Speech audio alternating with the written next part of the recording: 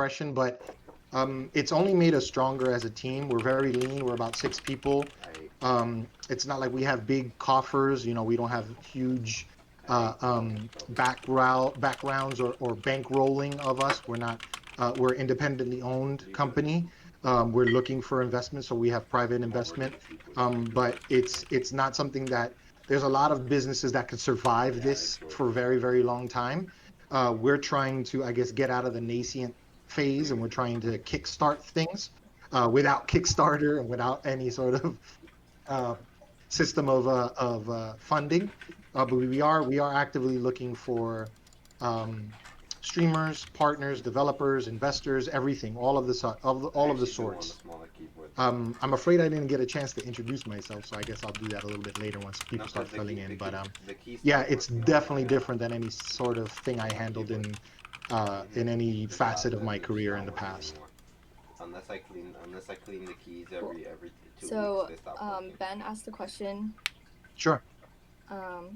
So, how do you propose No, as no, no. It's not developers their we market problem. our I think games? it's I Would don't reaching know. out to streamers be a Like good way to get our any games name out like there, it's just or are so there better it's so methods used to that like Okay. market? every little So tiny that's feature that goes exactly in there, what it stops working. I didn't want to caveat into my elevator pitch, but that's awesome. Sounds It's a perfect descriptor. So that question is perfectly answered by what we're trying to accomplish with the VoxPop Games platform. Um, so if you're a developer right now, your main goal is I want to get on Steam. Steam is McDonald's of games. There's no other way to put it. It's bigger. It's like Coca-Cola of video games. It's everything. A lot of people didn't know that 17 years ago, Steam was just intended for Valve to be a distro house for their proprietary games. It was for Counter-Strike, it was for Half-Life. No one knew what it was going to grow into, which is pretty much the main distribution source for every single game imaginable. So when we're dealing with such a big, I guess, a big behemoth of a company now that's privately owned, and no one really has any insight into what they're doing and how they're, what they're making. We have to sort of give it the everyman approach. So there's a lot of developers part of the EGD collective that are solo devs, and they're making games for the first time on Unity, on Unreal, on whatever engine they want to build on, Game Maker. Um, and we are trying to find that Venn diagram middle ground where streamers and content creators, because it's not just people who stream on Twitch and on Trovo and what used to be Mixer, but it's a lot of people that are just starting to do streams on their own and stream games. But the problem that you see there is they're trying to stream. They don't get much play or much attention to them because they might be streaming what everyone else is streaming, like huge AAA games, GTA, Fortnite, or competitive multiplayer games, Overwatch, LOL. But we're not seeing too many independent games being at the forefront. I mean, the market share for independent games, any game that is not being published is considered what I would consider an independent game. It's a big sort of chasm of a pooling of what can be considered an independent game. So let's just say an independent game for us is a game who's being developed by a short form staff that doesn't have any major bankroll behind them. If they have a publisher, they have publisher backing. That means that they have some marketing spend, they have some spend for dev, and they're sort of parsing off their dollars to that publisher because they're doing that work for them. What VoxPop wants to do is if you have a publisher, that's fine. We're more than welcome. If you don't have a publisher, it's just as fine as well. We're trying to help anyone and everyone that wants to get their games into Let's Players' hands, into content creators, just any streamer that wants to promote not the bigs. So anything that's on the more boutique space, the more independent, art style games, what can be considered as, Baba Is You, or Every Day the Same Dream, or Guardians of Ladino Force, are like little independent games that you would normally find on itch.io for whatever money amount. We're trying to actually get those developers to get a market share and a revenue spend so that they can make money for the artistry that they're, blood, sweat, and tearing over and working countless hours outside of their day job to have it be a recognized form of art and a downloaded game. So that's sort of where the bridge is. The best way for a developer that's coming up that wants to do something with streamers, give us a try. If not, try and do it on your own independently and grow your own community, grow your own market share, and grow your own Discord, grow your own backing for your game, and maybe partner with us later. Bring your community onto our community. They're going to be the same shared community anyway of streamers and game developers and gamers. That's pretty much the short form answer that I have. Great. It's amazing that you guys are trying to like bridge the gap and helping these like individual independent gamers, game developers. Yeah, Ben has another question. Sure. Sorry. No, I mean that's what this. Ask me everything and anything that I can try to answer. Okay, great. So his second question is, for our small indie teams, what are some good ways to practice team management and increase productivity as a studio? Sometimes with a small indie team, it seems quite hard to get work done when everyone has different obligations and times they're free, or differences in opinion or on direction of a game has some influence on how much actually gets done. I've dealt with, so my career, it's sort of expansive. I feel like an old man, and I'm becoming an old man. I'm going to be 38 next month. I've been in the entertainment and interactive media business for 15 years. I started at Rockstar, moved on to Capcom, moved on to Perfect World, building their art platform, ARC Games. Then I moved on to video streaming applications for MLBAM and Disney streaming, so Disney Plus. And then I switched gears. So with all my experience working with huge teams on, everything from Grand Theft Auto to Street Fighter games to free-to-play games, Perfect World International, Star Trek Online, so all of those huge games, the main thing that I want to say for any team size is structure. Have a baseline structure of who's going to do what and when, and hold each other accountable based off of the structures that you have. So everyone in a small team wants to be the boss.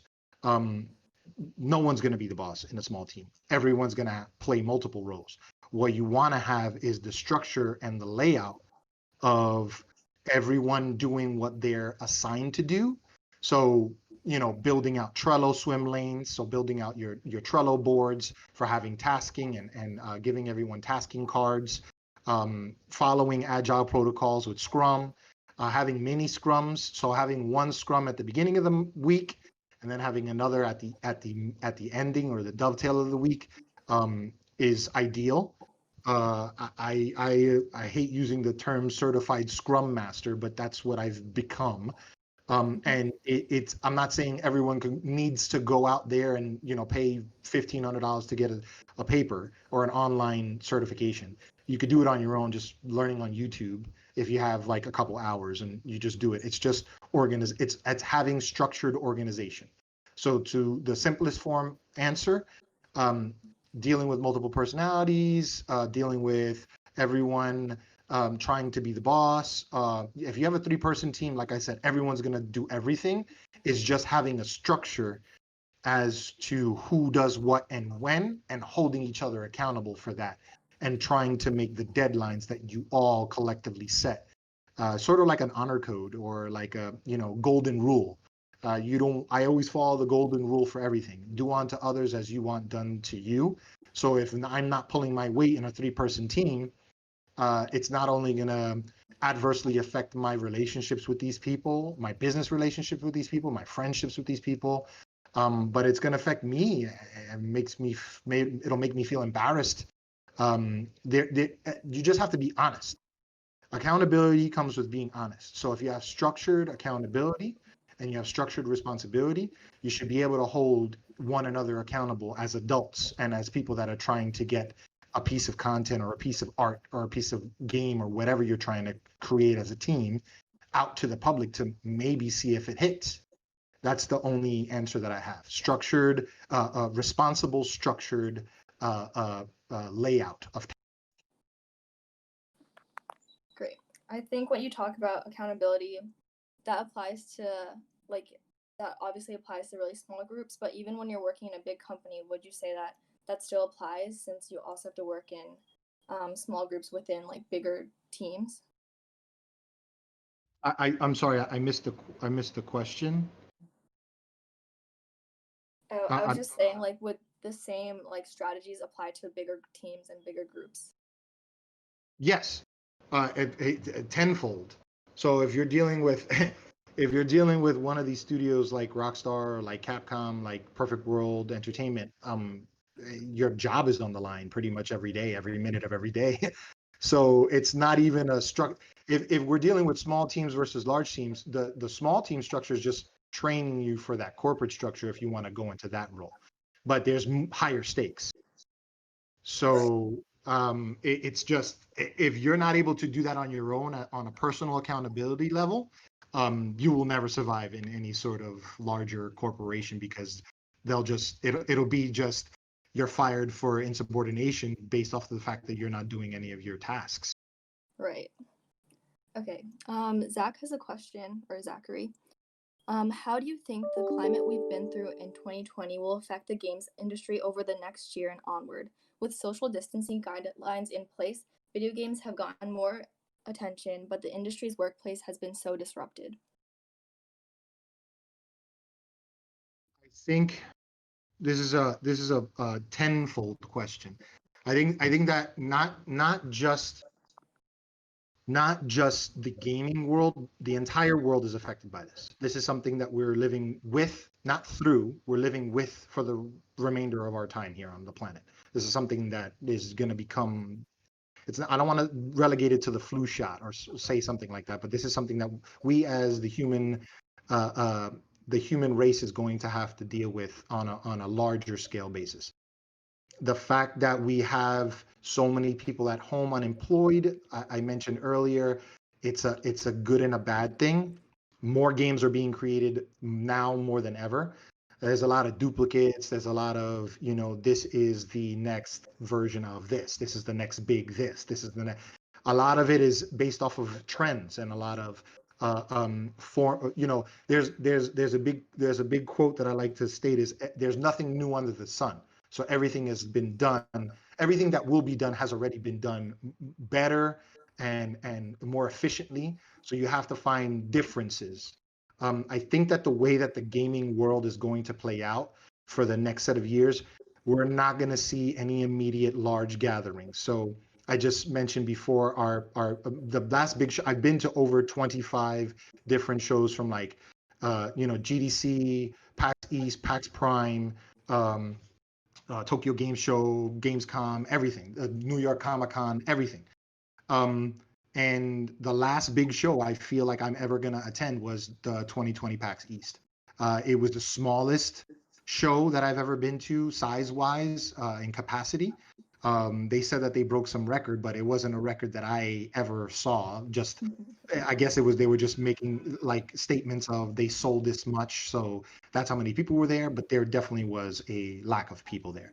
The way that our future in gaming is going to play out is you're going to have the console wars. So it's going to be the next gens of home entertainment systems, home consoles. Then you're going to have an influx of cloud gaming like Stadia and Shadow Gaming and all these other influences. You're going to have Steam being Steam.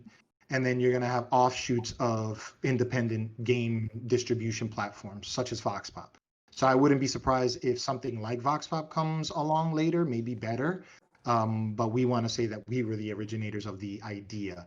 Charles Yu, our CEO, was the one that crafted the prototypes. I joined in October of 2019. This has been going on since December of 2018. So no one was prepared for this pandemic. We were not prepared. We missed a month's date. So we had to push our date from 4/20 for our closed beta launch to 5/20. And now we're opening the floodgates to our open beta on 7/27/20. A full 2 months and change after the launch. So we want to be positive about everything, right? Everyone wants to sort of find the silver lining in what this is. The silver lining is this: we have more artistry and more games and more way to consume entertainment than has ever been seen before.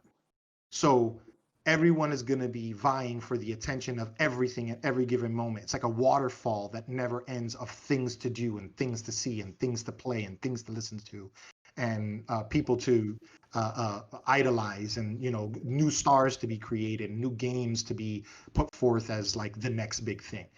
So we have to take some sort of wins with that. We have to take that we're going to have amazing art, we're going to have amazing games, we're going to have this, and you want to create and cultivate communities, the communities that best fit who you are. So VoxPop is a community of everything. Our team is multiple, we have multiple cultures, multiple ethnicities, multiple sexual orientations. We're open to everyone. Our caveat and our motto is every voice matters. So VoxPop is a playoff of the old term Vox Populi. So if you stop anyone in the street and you're asking them questions, you're giving them a VoxPop interview. So it pretty much means the voice of the people. So we are giving the voice to these games that are on different platforms, or maybe they're coming to and they don't want to go on Steam and they want to start with VoxPop. That's happening with a couple of our newer developers, to see how it goes, to see how they could cultivate the community with us, to see what support they get. So I think the like I said, the main caveat that we can get from COVID affecting games is that there will be a crap ton of games. The sort of other edge of that sword is everyone's gonna go a little stir crazy. We're gonna try and find little micro pods of groupings of little gatherings to meet with people, whether it's on Discord or whether it's going to bars when they start opening up in the next couple of months and into the next year. So we just have to take that with us every day and say, there's so much stuff to do. What am I interested in today? What is going to make me happy? What is going to make me interested in games? What is going to inspire me? And then run with that. Try and find newer things that you enjoy. Don't stay stuck in the pre-COVID era, because everyone's moving past that. You have to take this as a learning tool and know that we're in a renaissance of everything. So just use that to find your passion and use that to drive what you do every single day after. Right. You said that very well. I think with so much uncertainty going on these days, it's super important to think about the positives and all the great outcomes that have come out from quarantine. Ben has another question. Sure. When it comes to publishing a solo game, is it approaching companies to help publish my project, or should I self-publish my own game? Having worked for huge publishing companies and now working for an independent distribution platform, that it is not, we're not a publisher at all. Okay, so that question is not necessarily a loaded question, but it is a question that has a lot of caveats, and it's based on subjectivity. So it's based on a person-to-person basis. It's based on what you want to, what you feel is your best chance. A lot of people, we have this background as game developers. I'm a designer, I'm a game developer, I'm an indie dev. I worked with indie devs. I worked on one of the main reasons why VoxPop was so approachable to me was I was working independently on a consulting firm called Grummelworks that pretty much did exactly what VoxPop is doing, but on a smaller basis, where we were hooking up independent developers with publishers. Now, what we saw with that was a huge giving up of your artistry, of your IP. So when I say this is up to everyone's subjectivity, it's how much are you willing to give up of your art? Is it that you want to make sure that your game is seen by as many people as possible, as quickly as possible, so you don't give a damn if your game IP is owned wholly by one of these publishers? Do you want to go on Epic Store and have them pretty much back your game fully, but then Epic owns your IP and you can never do anything, have any royalties? It's pretty much like what you do with music contracts. There will never be a company ever again that will allow you to own your own masters, because that means that you're your own boss, and everyone wants to own the artwork because you don't make money off of the music now. You make money off of the music in 20 years. So owning masters is pretty much owning IPs. So if you have a contract with the publisher and they have a stake in the fact that they're funding it or funding a portion of it, that means they own pretty much all of it. They own the marketing of it, they own the direction of it, they own it wholly. And then when you come at the tail end, you have like a quarter of the earnings that they promised you because they promised you that. And you don't own the game anymore. So you have to create the next big thing. So that happens with everyone. That happened with Fez. That happened with like all of these like indie games that blew up because they had publisher backing, and then the dev was like left with like a sour. You're left with a sour taste in your mouth after dealing. I'm not bashing publishers because I worked with them, so I know what the deal is. The deal is they're gonna do the most for you because they have the biggest marketing spend. They're gonna use your IP and market it in a certain way to get as many people on board and downloading it in the first week. Not even the first, it used to be we were selling through in the first 3 months. Then it worked into micro content, which is like the first week. That's why all of these games have to cost, now the next generation of console games have to cost $70. They're not going to cost $70 on Steam. They're going to cost $60 on Steam, but Steam is going to have every single multiple layer of DLC because you have to extend the cost of your dev. So, long story short, it is subjectively up to the opinion of the developer on a case-by-case basis on whether or not they should approach a publisher. I advocate for reaching out to anyone who's willing to do publicity for you without owning your IP. So that's what VoxPop does. We don't own your IP. If you sign a distribution agreement with us, we're doing advertising spend off of the money that we're making from our revenue share, which is the lowest of anything. It's lower. It's half of what Steam is asking for, and it's the lowest of any other than, because we can't afford to do that. We don't have a name, but it's never going to cap out. We're never going to say, oh, now that we're a bigger distribution platform, we're going to ask for half of your revenue. That's never going to be the case. It's impossible to do that. But we are going to be profitable. We are a for-profit business. So the key that you have to come from it is subjective opinion making. Subjective choice making. So we want people to be able to weigh the pros and the cons of going with a publisher. If a publisher's really chomping at the bit to get your game, just have it in the back of your mind that they're going to want at least a quarter of your earnings, and possibly the marketing IP, so that you can never own the advertisements of your own intellectual property. That's the biggest, I guess, advice I could give anyone, whether or not it's going to a publisher versus not going to a publisher. I would always, vote on the side, like vie on the side of caution. And if you're really passionate about it, find different avenues of self-publishing. But that is, like I said, that can be sometimes screaming into the ocean. That's why Itch has a huge sort of pay what you want back end, because a lot of people see Itch as like a sort of demo reel. Like they'll place their thing as a portfolio. They really don't think they'll make money. And if they do make money with that pay what you want, they get false hope. Let me tell you just blatantly, if any pay what you want structure is not going to give you proper analytics for what your sell through will be, you should have a static price point, at least a minimum of $1, to gauge any true analytics of your property. You can't just say, oh, let me throw this on Itch for free, and it's an amazing game that you've been working for $8, and you say download this for whatever price. Just know that your game is going to be downloaded and put into the gray and black markets immediately, and you're not going to see any revenue from that huge chunking of your life. So the number one key is use subjective choices for yes or no with going to publishers, and do not sell your games for nothing. That would be the advice that I have. Thank you. That was very insightful. It looks like Ben has a kind of like a follow-up.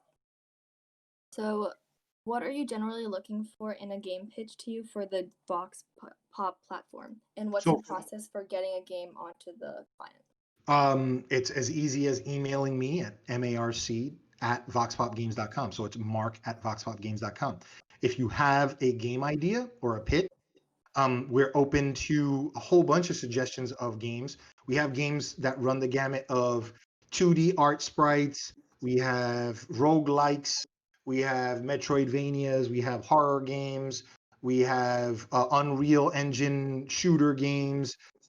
It runs the gamut. So for the process to onboard onto VoxPop is simple. Email me, myself, or Holly, our social media manager at Holly, HOLLY, at voxpopgames.com. And you just say, hey, I have a game idea. If it's fully fleshed out, even better. We're not in the prototype phase. We're not looking to fund everyone. We are looking into putting tools into our platform for a micro investment engine, which is sort of like a Patreon meets Steam Greenlight, where everyone owns a share of the earnings. So if you're getting funded through Patreon, Patreon's taking a cut. We're not taking a cut. We're housing the micro investment engine on our platform so that your game could be made and then sold on the VoxPop Games platform to all the users that you want to get your game across to. So in terms of funding, we're not funding games. We are looking for exclusivity deals, however, that give developers wholesale revenue, so 100% of revenue for sell-throughs. We're sharing that now openly with any developer that is willing to bring exclusives to our game. As everyone should know, there's no such thing as permanent exclusivity. So everything that was meant to be exclusive is always timed and sell-through based. So whenever they say, exclusive to PS5 or exclusive to Xbox Next or Xbox X, just know it'll be on Steam in 6 months or 8 months or whenever they sell through. So when we say exclusivity, we're looking for a window, and we're looking for, if you do want to be a permanent, you are going to get all of your revenue from one static point. Just like if someone goes to Steam and they just keep their game on Steam, they're always getting money from Steam. But that's not always the case. So we want people to be aware of the caveat. So when you download the VoxPop client, we give you insight into our developer portal. We give you insight into our developer tools, our seeding, our peer-to-peer seeding tools, our profit sharing backend, which pretty much gives seeding percentages of revenue to all of the people that are hosting the games for download. So since we're a peer-to-peer profit sharing distribution and development platform, it's a mouthful. But we're pretty much paying people to use our platform because we're using you as a server, because we're not trying to bog down our AWS server. We're trying to get people to advocate for these games as a user. So if you're using our platform and you want to seed some games and get some revenue, you'll get some seeding revenue. If you're a streamer and you're streaming our games and you're recommending our games, you're getting a higher percentage of that revenue that's parsed off from the developer. So the developer caveat is the developer who signs with us, we don't force them, but we recommend that they have a profit margin of 3% that they allocate to all streamers. So people that are advocating for them, that are partnered with them, are getting a 3% share of their revenue. So that means they're coming home with 97% of their money. We take 15%, so they're still coming home with 82%. So if you're selling your game for $1, you come home with 82%, so 82 cents. If you want to increase the amount of money that you give to streamers, let's say one particular streamer in general is really advocating your game, and because of his recommendations, he's selling thousands of units for you, and you want to bump him up, you have the tools to do that as well. So long story short, any developer is welcome. Every developer is welcome. If you have a solid game that is being completed and it's being sold on itch, we do not take freeware games, so you would have to convert your game into EXE that gets wrapped in our platform DRM, and then it is sold for a minimum of $1. So the lowest a game can be sold on our platform is for $1, and the maximum we have is $40. We are gonna, open the floodgates for other AAA games like $50 games or $60 caliber games. People consider The Witcher as an independent game because CD Projekt Red is considered an indie studio, even though they have huge financial backing from the Polish government. But we're looking for studios that don't have those coffers and don't have that sort of money bin to jump into. We want everyday journeyman streamers and journeyman devers that want to just bring their games to a new community of people that might not have ever seen their games because they are either buried in Steam or buried on whatever other platform they're on. So yeah, that's pretty much it. Email me. We'll evaluate the title. We'll give you recommendations. We'll show you our distribution agreement. You sign, and you're a partner. And it's not an ironclad contract. I know what ironclad contracts are. I had one with Rockstar, with Capcom, with every major company. Our partnership guidelines are very open. You could leave within a month's time if you don't want to be a part of the program anymore, being a partner with us. And but we are, like I said, if you look at all of our socials, we are doing advertisements for a bunch of people that never had advertisements done before, and they have publishers. So it's very weird to hear that they had publishers, but they weren't really getting the advertisement attention that we are giving to them. So it's pretty simple. Great. That sounds like you're really encouraging for independent developers to build up their networks and their communities.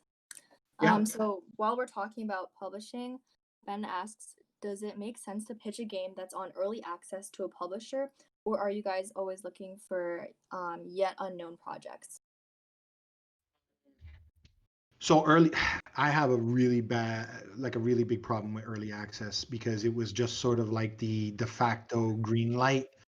So now instead of going to greenlight and having everyone throw their games up and just shovelware, they call it shovelware, and you're just making it a ghost town of you can't distinguish what's a good game or like someone just playing tic-tac-toe.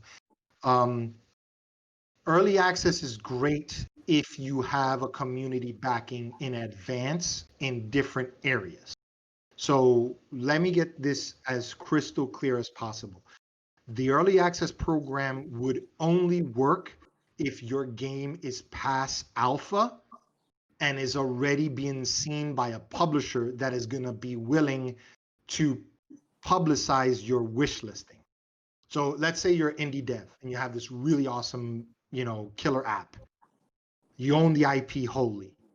You want to get it on Steam, but you think that you're not going to be able to get as much leverage or as much eyes on your game. So you sign with a publisher under whatever publishing deal that they put forth. They are going to advertise your game as final. They're not going to advertise your game as early access. So they're going to hold your foot to the fire to get your game done. At the same time, we spoke about this on multiple podcasts. We just finished the Game Factory podcast last week and Perfect Storm Studio, and this came up as well. So if you're going on early access, that means that you have either a pre-alpha vertical slice playable that has like maybe an hour or so of gameplay. The general consumer doesn't really know that. They just see early access and they're like, oh, this is a demo. So that's been like the internet speak. Everyone's just like, okay, this is early access. I'll wish list it, but I'll forget it in 6 months immediately, because in 6 months, when your game is done, there's going to be a crap ton of games at the ending of the year for home consoles, Sony and Xbox and all that stuff.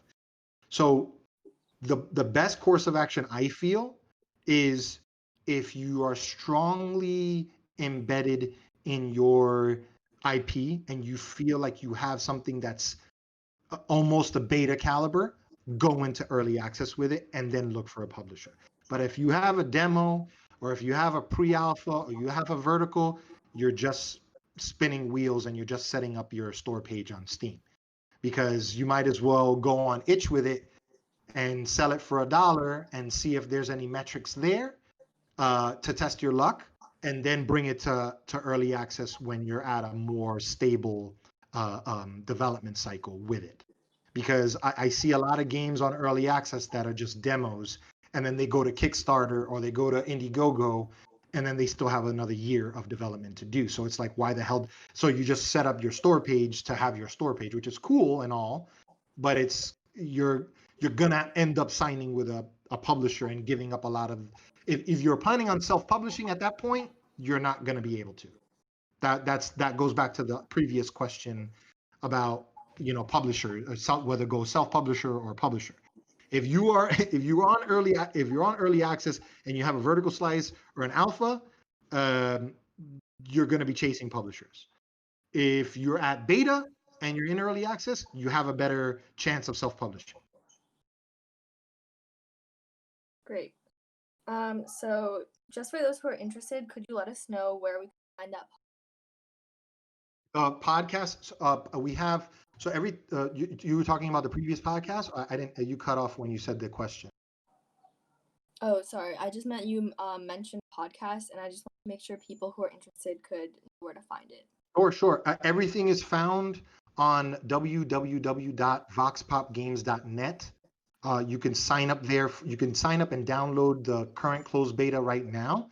We still have seats available, and we're going open beta in the next couple of weeks.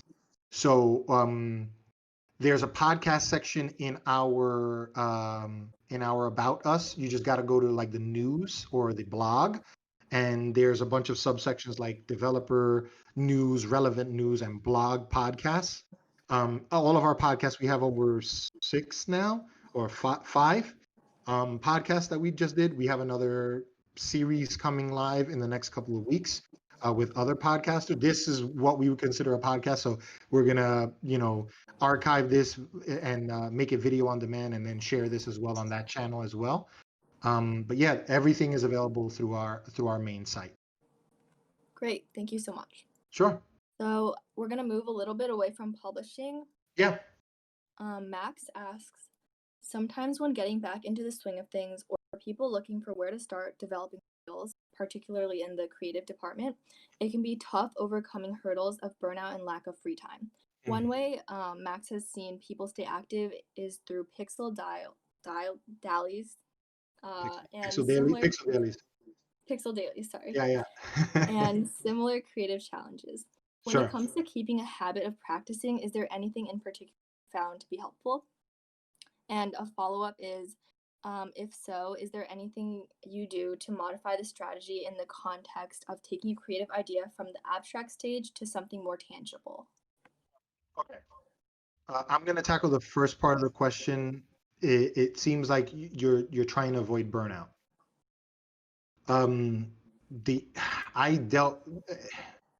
Coming out of college, getting a job at Rockstar, doing 18-hour days, 7 days a week for 5.5 years. I saw nothing but burnout. So I'm pretty sure that that's not the everyday life of normal game devs. I wouldn't wish that life on anyone. It's a specific kind of life that has propelled me in different directions in my career and has given me strength. The main way that I feel people can avoid burnout is giving yourself, I guess, a 2 to 3 day spend of no digital interaction. I know it's very, very difficult with the way that COVID is. So if there is any way to tangibly get out to the outdoors, you mask up, you take a bus, or you take a car ride with people that don't have the virus, and drive upstate, drive into the woods, drive into a nature area, and stay for a few hours, do a hike, go on trails, see nature, step away for a minimum of a few hours, 5 hours. If you can't do 3 days, I would give it 3 days, which is a weekend.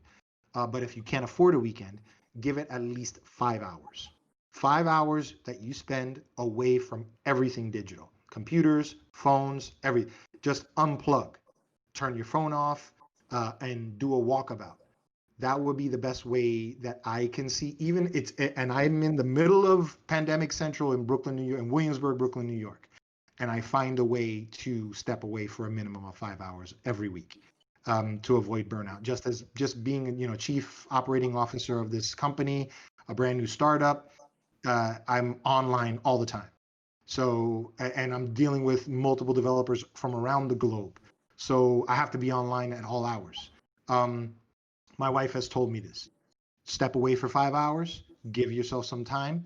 Um, Getting into dailies, doing a whole bunch of art, and reading books, like going online and finding archives of, royalty free or open source, old archives of artistry, will bring you a lot of insight. Like I said earlier, there's nothing new under the sun, so everything that's already been done will be done. So do not think that that's a barrier for entry. If anything, use that as an excuse to find inspiration from different things. Yes, everything that's been done, but not everything has been done the way that you can do. So you can be the next person that creates something that has never been done. Um, we want to tackle the second part of the question. I feel it's more of, how do you find inspiration from, I guess, uh, uh, I'm a philosophy guy. So I graduated with a philosophy degree. My background was in computer science, and I did my studies at Stony Brook University, and I studied when I was in California at Stanford. So I have like a big multifaceted view of the world. And my viewpoint of the world is, in order to say that you take inspiration from nothing, it means that you've closed yourself off to everything. So you can take the abstract and make it subjectively yours. So if you need to explain something in more than one sentence or elevator pitch of like a minute, then you're overthinking it. So you want to sort of stop yourself, find what that abstract idea is that you want to build from, build it, and then when you've built it, identify what that abstract thought is that you've built so that people can easily ingest it, digest it, and takes whatever it is that you want to present them from what you've given them. You can't just expect, well, I've created this amazing art house game that does this, and you could see stars and that, and you could see the ocean and blah, blah, blah, blah, blah. Like, no one is going to buy that. No one is going to have time for that. So if you can take abstract ideas, subjectively make them your own, identify them in an elevator pitch, and then bring that forth to the world, then and then at the same time, like I said, in your walkabout of 5 hours away from digital stuff, brainstorm, write down on a little notebook. I know it's super analog, but write down on a little notebook, because no one could steal your little notebook of ideas. Jot it down. And I have a crap ton of notebooks around my apartment and in my house and everywhere. We want to make sure that people are able to ingest and digest what you were trying to bring forth from an abstract idea. So like I said, the easiest way is to make it your own, identify it, write it down in a simple sentence or a simple explanation, and then bring that forth to people. Great, thank you. I definitely agree that changing your physical setting can help change your mental space, and it could help you with that, especially when you're in the abstract stages of your ideas. Yeah, I mean, the best ideas that I've ever had have taken place on walkabouts. Like, just, I mean, there's a reason for it. There's a reason that people do it in Aboriginal tribes. There's a reason that people do it in just daily life, just going out and just being in the one with nature. Even the most staunch like opposition for being out in nature, like I don't want to get sunburned or I don't like bugs. Even the staunch like negativity sees the beauty in nature and gets inspiration from nature. So I don't want to hear it from anyone as an excuse of like, why can't I can't go out because of COVID. There's a way to go out. There's a way to go out of your mind, not out of your mind, but like outside of your own mindset, and be able to find inspiration and find time for yourself to find yourself, and change, I guess, the habits that we all have, and create newer more healthier and more exciting ideas. Absolutely. Max has another question Sure. from a friend. Sure. What are your thoughts on unionization within the games industry? Any hopes, Ooh. fears, doubts, concerns? What do you see in the future of unionization looking like? It's Or if you don't see it panning out, what would you want to it's see gonna instead? happen. It's gonna happen. It's gonna happen. It's gonna eventually happen. A lot of developers say it's not gonna happen. It's gonna happen eventually, but it's gonna happen under different circumstances and under different guidelines. It's not gonna be a union as people are used to unions, because we're dealing with, like I said, COVID has changed everything. So COVID is even changing the way that we deal with understanding what unionization is. I worked the majority of my career in quality assurance. Even till this day, I still have to do quality assurance for the platform. So I'm never going to escape being a QA. Quality assurance, for everyone that doesn't know this, and you should, is the entry level, how to get into the gaming industry. You get into gaming through QA. But QA is quite possibly the most valuable part of game development. They are the consumers before the consumers. So being that they're so low on the totem pole and they're so staunch of supporting of unionization, I think that that's how it's going to come about. There's going to be some kind of inherent revolution of quality assurance analysts and game analysts that takes place to unionize hours and pay scale and benefits and pension.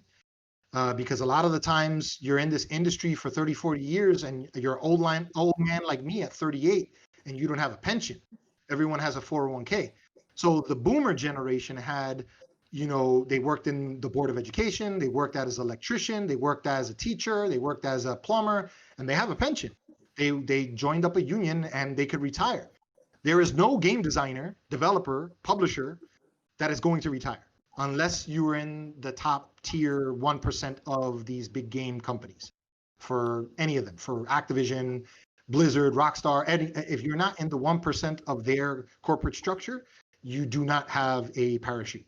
So you have to prepare for your retirement. So the reason I say it's going to happen, but it is going to be a hybrid unionization, is that we have to deal with the caveats of we are technically going to be working from home. So our pay scales are going to be vastly different from working from home than is if the overhead that they pay you for working in an office is just that. They're compensating for your time in office. You have to commute 2-3 hours to get to an office. You have to be in that office. You have to be productive in that office. You have to make meetings in that office. You have to work as a team in that office. You have to do office things. We are no longer in an office. So unionization, like I said, is going to happen. There's a bunch of I forget the name of them, but they have like a B logo. I don't know if it's the, I can't put my name on it, but they are the de facto. Some people consider the IGDA as some sort of offshoot of unionization. I think that if any organization were to do or offerings of pension plans and unionization of game employees, it would be that kind of structure. Something that's already embedded in the gaming community that can be the voice of the voiceless, of the people that are just being excised or laid off because of things like COVID, or laid off because a game doesn't perform based off of the marketing spend. It doesn't perform and they get laid off because they're QA and they're expendable. It's going to happen. I see it coming from people who have QA backgrounds or people that have been in the QA space for a very, very long time. I see it being a hybrid style of unionization. What I mean by hybrid is they're taking concessions. So they're not going to be asking for huge amounts of pay scale. They're going to be asking for more pension like benefits in the long term, in the long end, in the dovetail and the tail end of their careers, so that they don't grow old and just age out from being able to be in this games industry, because it's so young and it's so vibrant with people between 13 to 37. I guess I'm at the tail end of the old people.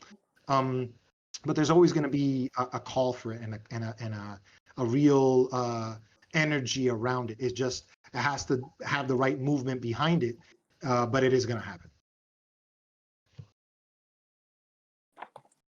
Thank you for that. Just looking at the time, this will probably be our last question. Sure. So a friend of Ben's is asking, do you ever plan to reach out to AAA or bigger indie games? Yes. Or will the focus... No, go ahead. Sorry, I didn't want to cut you off. This was another No, question you're good. we dealt with on all of our podcasts. Or will the focus for VoxPop always be focused on smaller studios and games? For the immediate future into the long term, people say long term, 5-year plan, hosting everything from independent 2-person studios to AAA. So AAA is this new sort of movement that's happening. AAA can be considered, in the most base of terms, publisher-backed independent games. So we want to work with publishers. We are working with publishers, and we are working with people that are self-publishing. So the juxtaposition is AAA is they have more marketing spend to work collaboratively with us, and wholly independent, short-staffed studios, less than 5, bootstrapped, lean teams, is our, I don't want to say it's our bread and butter. We are your bread and butter. We are going to give you more of a rev share. We are your, we are where you should be starting. For the main caveat of, if you go on itch, you are giving your IP away for free with no copyright protection. At least if you go with us, you have copy protection in DRM. I know everyone likes to be like, oh, I want to give myself away for free and be like a starving artist. You don't want to be that at 25. If you created a game at 17, you don't want to be a starving artist at 25. At that point, you're just you're being a masochist, and you're punishing yourself for no good reason. There's plenty of other ways to do it. VoxPop is one of those ways. It's not the only way.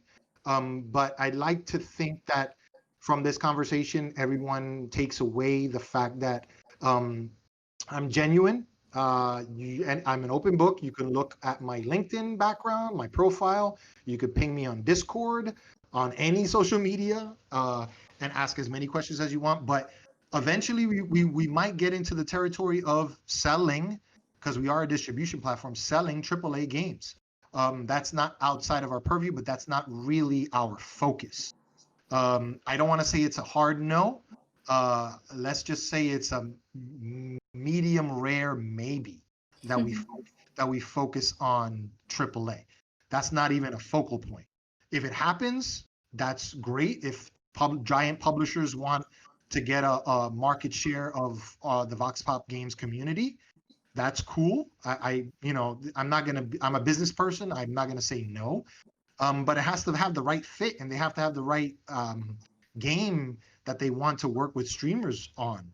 I'm not here to say that the AAA publisher has to have the same mindset that we have, is in that we are trying to do the most for the developer, not the publishing house, the developer, the creator, the artist, the person who is spending countless hours trying to animate and model and build game worlds, and it's just so much goes into these huge AAA games, I want to say, that these studios automatically have to go into their own pockets and go into the realm of having to search for a publisher that is going to end up having to take some of your IP as a cost measure.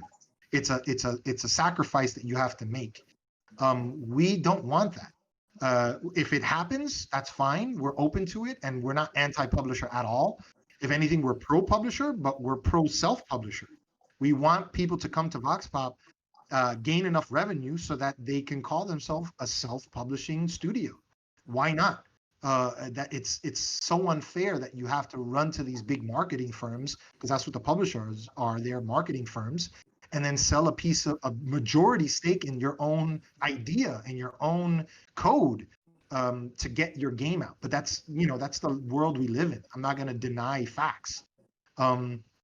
VoxPop is here for everyone and anyone who is willing to adhere to what we're doing, which is a developer first focal point and a content and streamer focused focal point. We want content creators, streamers, developers, user gamers, and artists to just enjoy the beauty of games and the great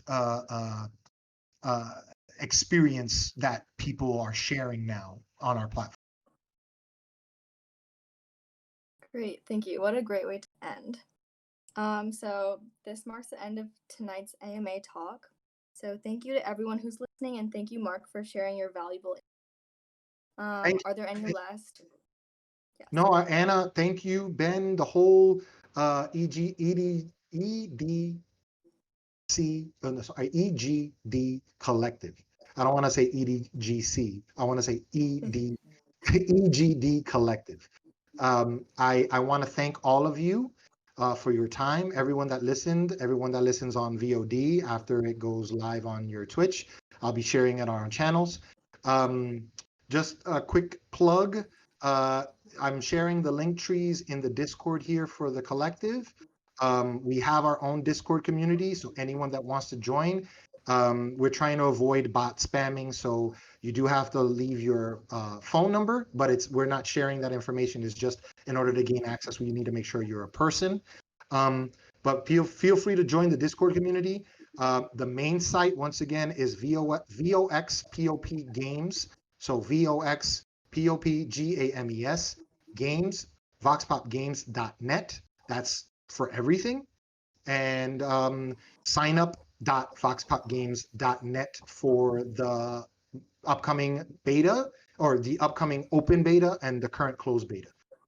Thank you, guys. I appreciate it. Have a great and safe weekend. Stay safe and healthy and positive. Great, thank you. Just a reminder, the links channel. And another reminder is that GoFundMe is currently live, and we appreciate donations.